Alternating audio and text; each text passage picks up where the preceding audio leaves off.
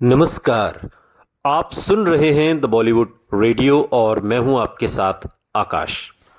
दोस्तों, आज के इस पॉडकास्ट में बात राजेश खन्ना और उनके उस दौर की जब फिल्मकार महेश भट्ट ने राजेश खन्ना को मुगल सल्तनत के आखिरी बादशाह बहादुर शाह जफर जैसा बताया।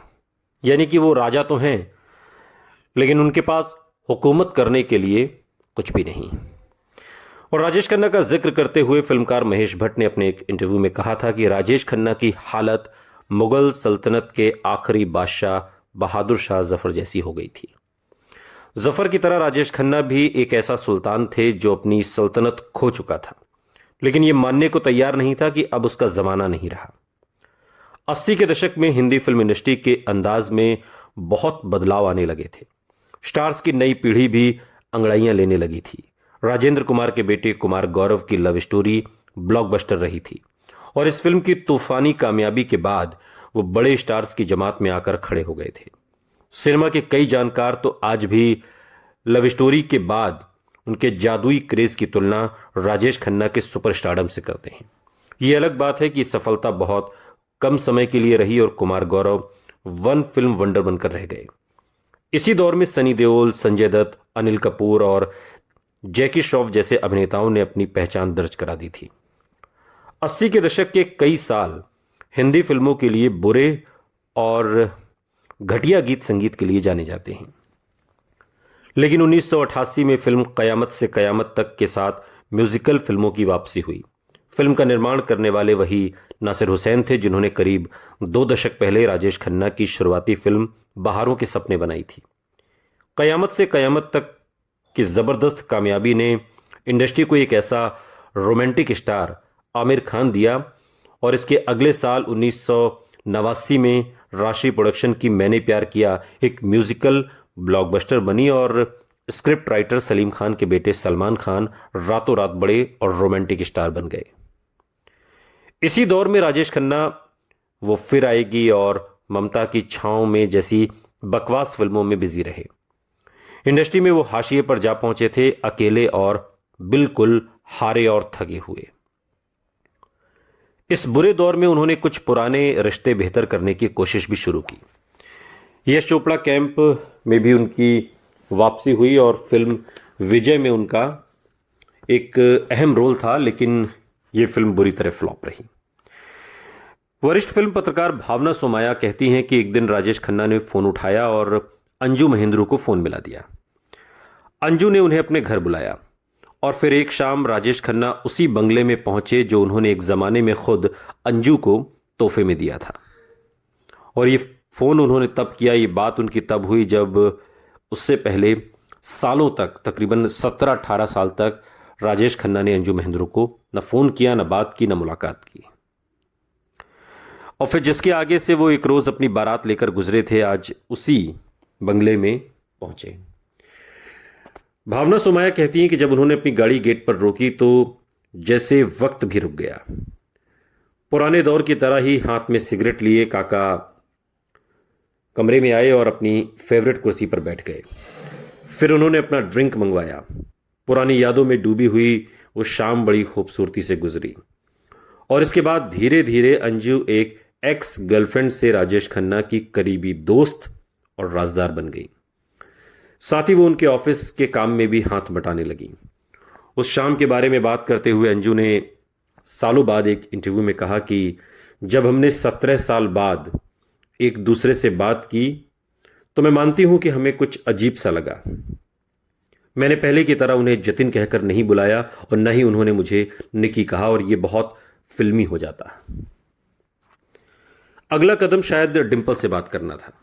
उन्होंने एक बार फिर निर्माता बनने का फैसला किया और जय शिव शंकर नाम की एक फिल्म लॉन्च की। और हैरानी की बात है कि राजेश खन्ना ने इसमें अपनी हीरोइन डिंपल को लिया। ये वही राजेश खन्ना थे जो सालों से बार बार कहते आए थे कि उनकी पत्नी फिल्मों में काम नहीं करेगी।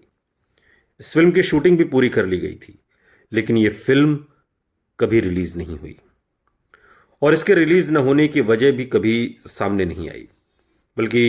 लेकिन फिल्म के जो इतिहासकार हैं सुरेश कोहली, वो मानते हैं कि इसमें राजेश खन्ना और डिंपल कपाड़िया के कई बोल्ड सीन थे। राजेश खन्ना ने बाद में अपने एक इंटरव्यू में कहा कि मुझे अपनी पत्नी के काम करने पर कोई ऐतराज नहीं था। जब मैंने डिंपल से शादी की थी तो मुझे अपने बच्चों के लिए एक माँ चाहिए थी। मुझे डिंपल के टैलेंट का कोई अंदाजा नहीं था, वरना मैं उन्हें कभी नहीं रोकता। टैलेंट पर अंकुश लगाना क्रूरता है, ये बात राजेश खन्ना ने बाद के दिनों में कही। वो कहते हैं कि जब तक मैंने बॉबी देखी हमारी बेटी इस दुनिया में आ चुकी थी, लेकिन फिर बाद में जब मैं और टीना साथ में रहे, टीना मुनीम, तो मैंने कहा कि काम करो ताकि कोई मलाल ना रहे। और मैं पुरानी गलती दोहराना नहीं चाहता था। जो मैंने डिंपल के साथ किया वो मैं टीना के साथ नहीं करना चाहता था।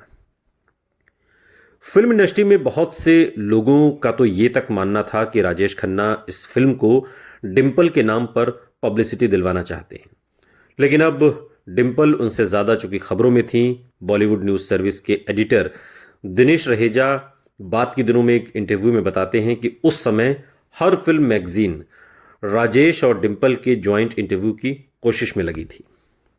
दिनेश ने राजेश खन्ना के इस दौर को करीब से देखा है और 1990 में वो मूवी मैगजीन के एडिटर हुआ करते थे। दिनेश बताते हैं कि हमने सोचा चलो कुछ अलग करने की कोशिश करते हैं, तो मैं और मेरी सहयोगी फिल्म पत्रकार नीना अरोड़ा ने फैसला किया कि हम अमिताभ और राजेश खन्ना के जॉइंट इंटरव्यू की कोशिश करेंगे। लेकिन हम जानते थे कि ये दोनों एक दूसरे से मिलते तक नहीं, तो फिर बात होगी कैसे। दिनेश बताते हैं कि नीना अरोड़ा राजेश खन्ना को अच्छी तरह से जानती थी। राजेश खन्ना चूंकि सीनियर थे, इसलिए उन्होंने फैसला किया कि पहले राजेश खन्ना से इस बारे में बात की जाए। राजेश खन्ना ने नीना की बात सुनी और हामी भर दी, और इसके बाद दिनेश और नीना अमिताभ से मिलने गए। और दिनेश बताते हैं कि हमने अमिताभ से कहा कि हम पहले राजेश खन्ना से बात कराए हैं, क्योंकि हम नहीं चाहते थे कि ऐसे हालात बने कि आप हाँ कह दें और बाद में राजेश खन्ना इंटरव्यू के लिए मना कर दें। राजेश खन्ना ने हाँ कर दी है और अमिताभ ने एक पल के लिए सोचा और फिर हाँ कर दी। और वाकई इतना ही आसान था, मगर अब हमें एक दूसरे तरीके का जो डर है वो सताने लगा था। और डर ये था कि वक्त के पाबंद अमिताभ तो समय पर पहुंच जाएंगे, लेकिन राजेश खन्ना अगर अपनी पुरानी आदत के मुताबिक लेट पहुंचे तो बहुत गड़बड़ हो जाएगी। इंटरव्यू के लिए मुंबई के सेंटर होटल में एक कमरा बुक किया गया और तय समय पर दिनेश की नजरें होटल की लॉबी के गेट पर टिक गईं। ठीक उसी पल उन्होंने देखा कि अमिताभ बच्चन होटल के गेट से लॉबी में दाखिल हुए। और उस लम्हे राजेश खन्ना के बारे में सोचकर दिनेश की घबराहट और बढ़ गई। लेकिन तभी कमाल हो गया, बिल्कुल ठीक समय पर दूसरे दरवाजे से राजेश खन्ना ने भी होटल में एंट्री मारी। लॉबी के दो अलग अलग गेट से हिंदी सिनेमा के दो महान सुपरस्टार दाखिल हो रहे थे। 17 साल बाद दोनों इस तरह साथ चलते हुए आ रहे थे। वो वाकई एक यादगार सीन था। दिनेश कहते हैं कि शायद ऐसा पहली बार हुआ कि राजेश खन्ना बिना लेट हुए बिल्कुल सही समय पर आ गए। और आखिर राजेश खन्ना क्या सोच रहे थे, वो इस जॉइंट इंटरव्यू के बारे में क्या सोचेंगे या क्यों तैयार हुए, ये कोई नहीं जानता। राजेश खन्ना ने अपनी पसंदीदा विस्की मंगवाई और अमिताभ के लिए वाइन ऑर्डर कर दी गई। दोनों के बीच 17 साल की झिझक हवाओं में तैर रही थी। दिनेश के मुताबिक अमिताभ बहुत कम बोल रहे थे, जबकि राजेश खन्ना बहुत उत्साहित नजर आ रहे थे। शुरुआत में इंटरव्यू सही दिशा में नहीं जा रहा था। वहीं आम बोरिंग बातें, दोनों सवालों के छोटे छोटे जवाब दे रहे थे। दिनेश बताते हैं कि फिर राजेश खन्ना बड़े जोश में आ गए और खुद भी अमिताभ बच्चन से सवाल पूछने लगे। अमिताभ पूरी तरह खुल नहीं रहे थे, शायद इसलिए राजेश खन्ना ने उनकी तारीफ करनी शुरू कर दी। दीवार के बाद मुझे हमेशा इससे जलन हुई, काका ने कहा, मगर जब जब ये फिसलते थे तब तब मैं मुस्कुराता था, क्योंकि ये भी वही गलतियां कर रहे थे जो मैंने की थी। जलन की बात इस तरह कबूल करना राजेश खन्ना के स्वभाव और ईगो से बिल्कुल अलग था। लेकिन शायद 17 साल के बाद अब राजेश खन्ना 1973 के उस अहम साल में हुई घटनाओं से खुद को अलग करके समझ सकते थे। ये उनकी जिंदगी का शायद सबसे अहम साल था, जब उनका अंजू से ब्रेकअप हुआ, डिंपल से शादी हुई और राजेश खन्ना एक तरीके से अलग हो गए थे। यश चोपड़ा और अमिताभ के साथ उनकी आखिरी फिल्म नमक हराम रिलीज हुई थी और इस साल के बाद उनकी निजी जिंदगी और करियर में सब कुछ बदल गया। यही वो बदलाव था जिसे स्वीकार करने में राजेश खन्ना को 17 साल लग गए। मूवी मैगजीन को दिए इस इंटरव्यू में राजेश खन्ना ने बड़े ड्रामाई अंदाज में अपना दिल खोलकर रख दिया। अपने तूफानी स्टारडम से नाकामी के अंधेरों तक का सफर उन्होंने बड़े जज्बात से बयां किया। राजेश खन्ना ने कबूल किया कि मैं अपने आप को भगवान के बराबर समझने लगा था। मुझे अब भी वो पल याद है जब मुझे अंदाजा हुआ कि जबरदस्त सफलता आपको किस तरह हिलाकर रख देती है। अगर आप इस पर इसका असर नहीं होता तो आप इंसान नहीं हैं। और वो कहते हैं कि वो फिल्म अंदाज के बाद का वक्त है जब बेंगलोर में विधानसभा में लॉटरी ड्रॉ हुआ था। दूर दूर तक मुझे बस लोगों के सिर नजर आ रहे थे। मुझे ऐसा लग रहा था कि वो रोमन साम्राज्य का कोई स्टेडियम है। वो मंजर देखकर मैं बच्चों की तरह रो पड़ा था। फिर जब मुझे नाकामी की ठोकर लगी तो मैंने शराब का सहारा लिया।